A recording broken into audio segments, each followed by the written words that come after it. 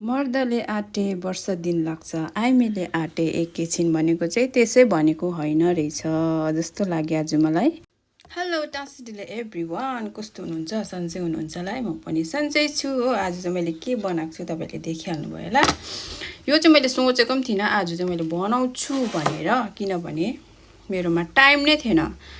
बनाउँछु भनेर चाहिँ मैले बेलुका प्लान गरेर सुतेको होइन, तर बिहान उठेर चाहिँ 12 बजी उठाइले गर्दा चाहिँ म चाहिँ बनाउनु चाहिँ मेरो जाँगरै थिएन। र पनि छिटो काम गरेँ, बोजूलाई उठाएर नुहाइधुवाइ गरेँ, ब्रेकफास्टहरू गराएँ होइन, क्लिन गरेँ, वरिपरि आफ्नो रुमहरू सफा गरेँ। लास्टमा चाहिँ यो मैले बनाउँछु भनेर चाहिँ सोचेको थिएँ, किनभने बेलुका म सोचेको थिएँ नि त।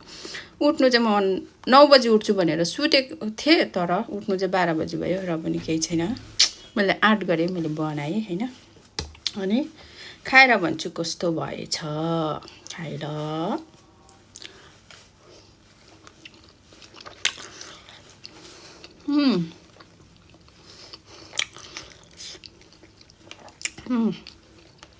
जुसी भएछ। अनि मैले चाहिँ किन बेलुका यस्तो सोचेँ भनेर भन्दा चाहिँ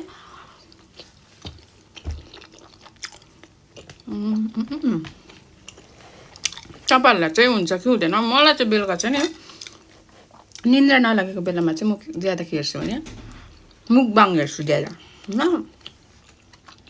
मुकबाङ परी गुरुङ च्यानल, शेर्पा च्यानल हेरेर चाहिँ म चाहिँ अब रालसिङान भएर चाहिँ सुतिसकेको थिएँ होइन।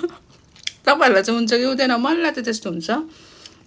निन्द्रा लागेन भने चाहिँ म यस्तै मुकबाङहरू हेर्छु होइन। अन्त कहिले बनाएर खाऊँ भनेको जस्तो हुन्छ क्या। अहिले चाहिँ मैले बनाउँछु भनेर सुतेको थिएँ, तर म भ्याउँछु होला भनेर चाहिँ सोचेको थिइनँ क्या।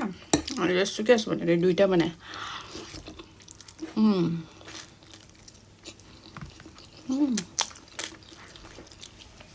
So good.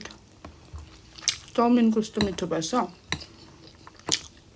म चाहिँ खाँदिनँ, खाएपछि चाहिँ यसरी खान्छु साथी हो।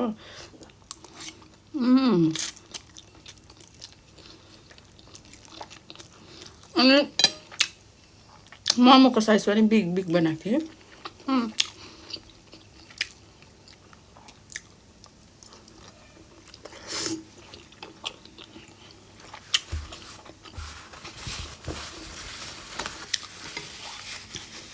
रातभरि चाहिँ म अब